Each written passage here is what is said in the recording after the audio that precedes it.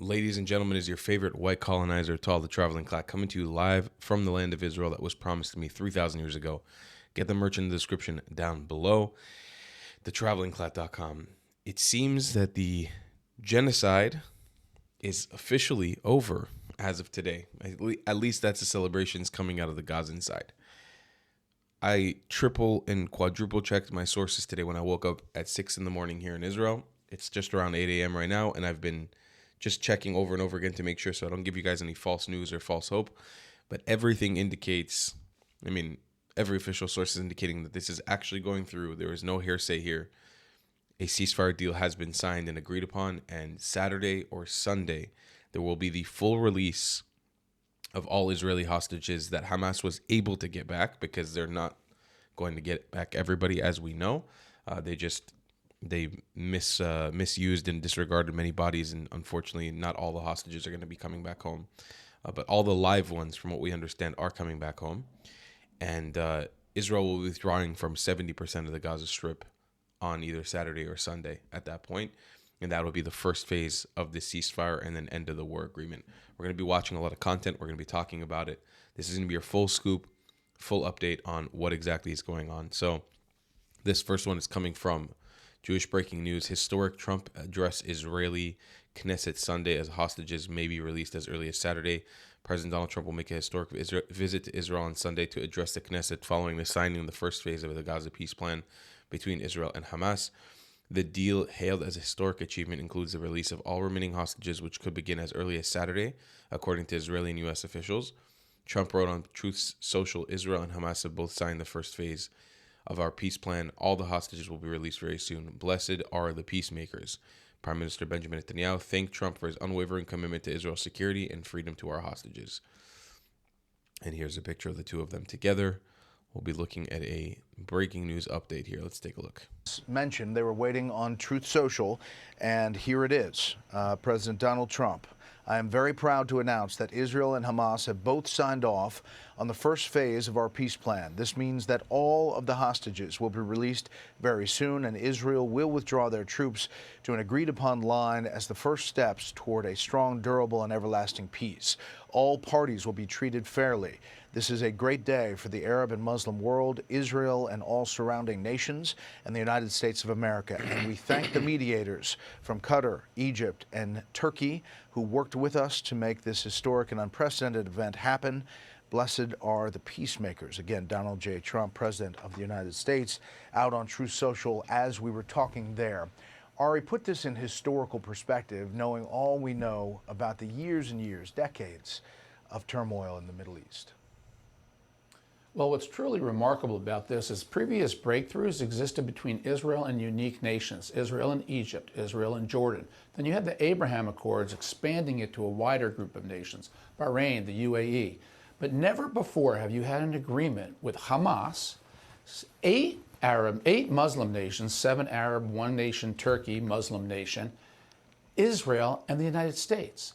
That is the breakthrough here. From a humane point of view, it is wonderful and joyous that the hostages will come home. Families can finally, at long last, be reunited.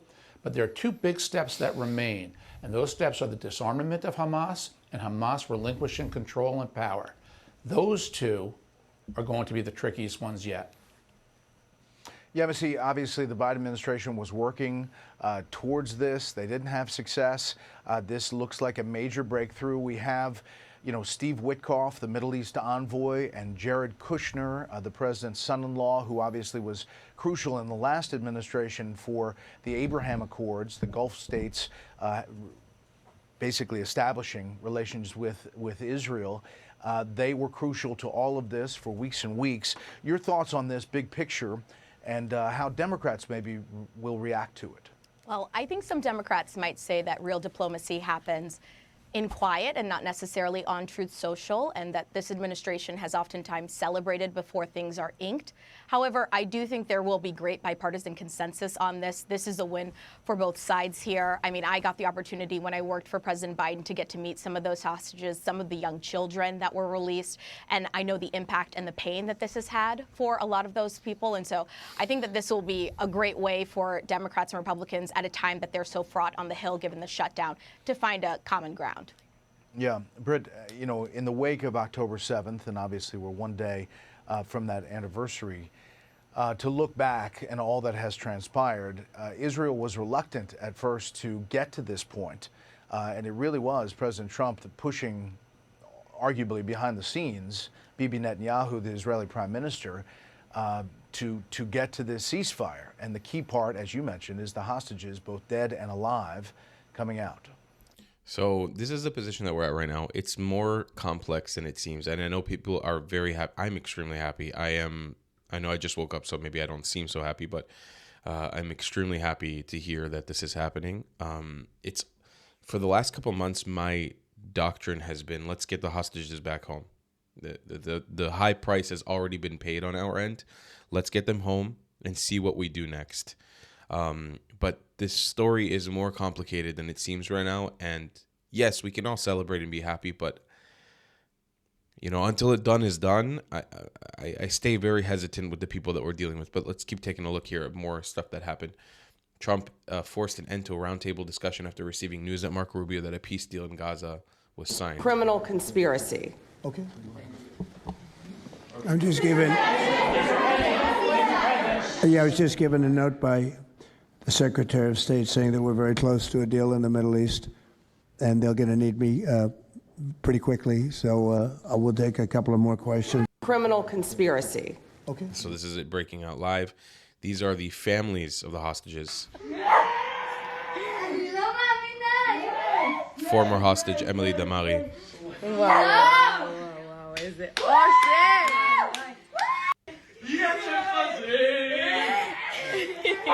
And you know, these are the people who know, they know better than anybody else what it's like. Emily Damari spent a insane amount of time, lost a finger, fought her way through the entire time she was there.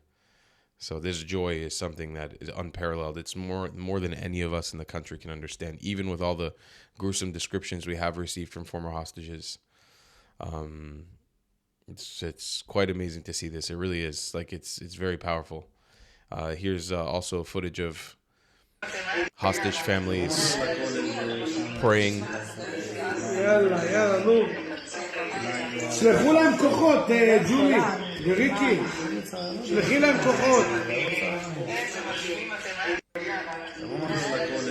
This is the friends and family of hostage Segev Kalfon reciting Tehillim, or Psalms, if you guys know what Psalms are from the Bible, which we usually do in hopes of something better. Now, the complex part of this, wait, hold on, we have one more video from the White House, which is going to be good also. I like the White House media team. They're very, very on top of their stuff. All right, hold on. President Trump, you have the best crowd in the world. What do you guys have to say to President Trump? Thank you. Thank you. Thank you very much, everybody. You did it! You did it! Thank you! Thank you! This is amazing. Mr. President, we believe in you. We know you've done so much for us over the past, since you became a president, and even before that. And we trust you fulfill the mission until every hostage, every 48 of the hostages are home. Thank you so much. Blessed be the peacemakers. God bless you, Mr. President. God bless America. Thank you very much. You just take care of yourselves. The hostages will come back. They're all coming back on Monday. All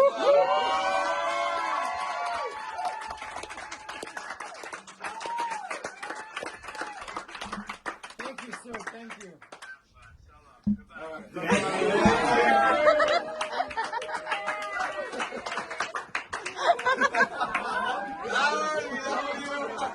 It's hard not to get emotional watching this, isn't it?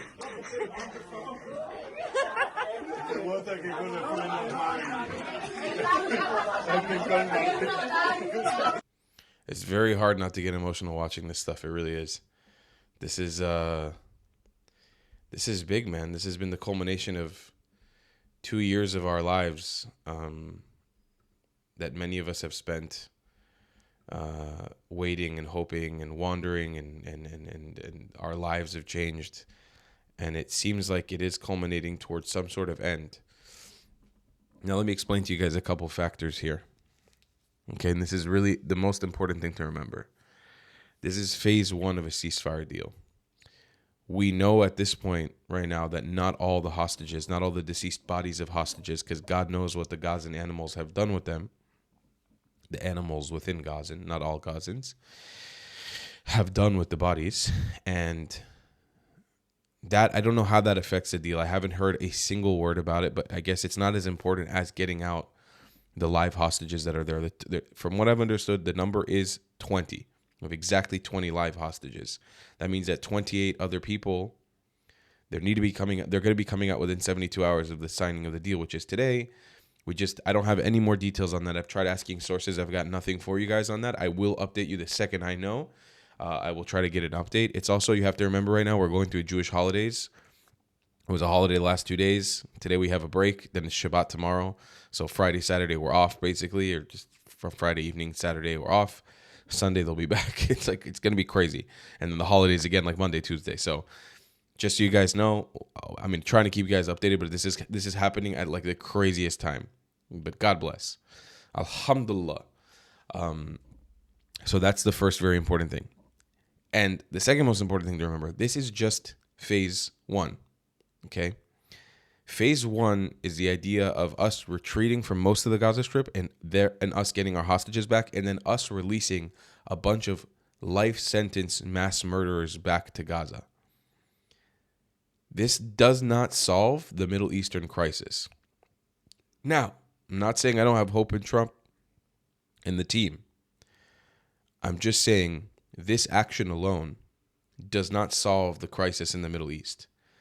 If anything, as I'm about to show you right now, so please don't go anywhere because you're about to see, we've just emboldened the Palestinian population to do this again. So, while again, I'm very much in support of a hostage deal right now, I have been for the last couple months, Band-Aid solutions are going to be the death of us and the death of many people in the future. And I want you guys to take a look at what's going on in Gaza, amidst the ongoing genocide, ethnic cleansing, and apartheid that their concentration camp is dealing with.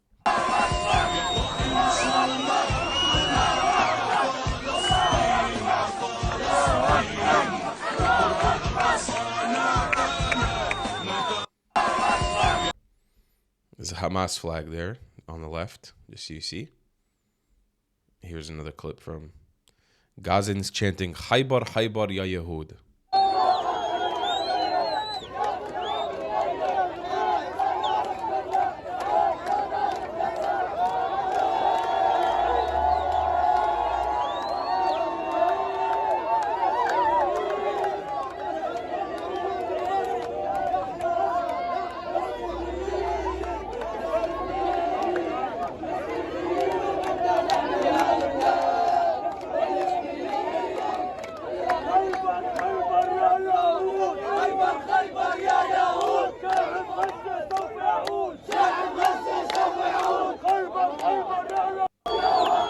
For those of you guys who don't know what Khaybar, Khaybar Ya Yahud is, it's a death chant for the mass murder of Jews, the actual genocidal chant of Jewish people, calling back to the time that the Prophet Muhammad waged war against the Jews of Khaybar and mass murdered them, and then beheaded the heads of his 10th wife, Safiya, the heads of her husband, or her brother and her father, and then when he went on to force marry her and check the pubic hair of all the guys in his village, and then murder the ones who were of age of puberty.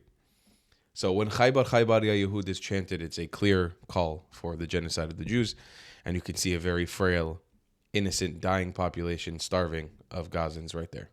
ليش بدنا نوجه رسالة للنتن في هذا اليوم و7 أكتوبر جيناكم وبالقصصير جسناكم ومن الدباب سحبناكم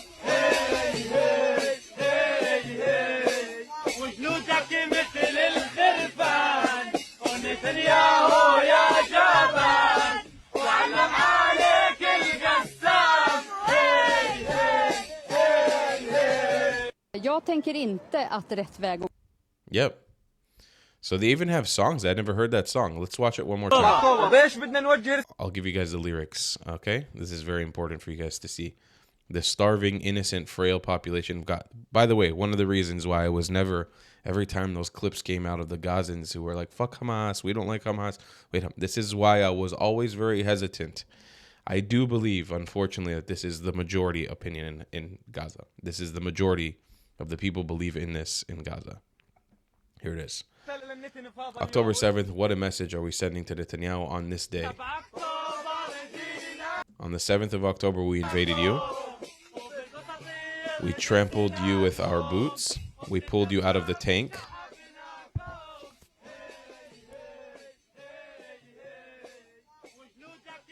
And your soldiers are like sheep.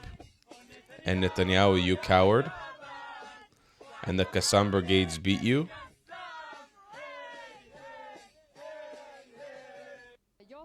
So there you go. You know, very peace-loving, genocided, starving, ethnically cleansed population.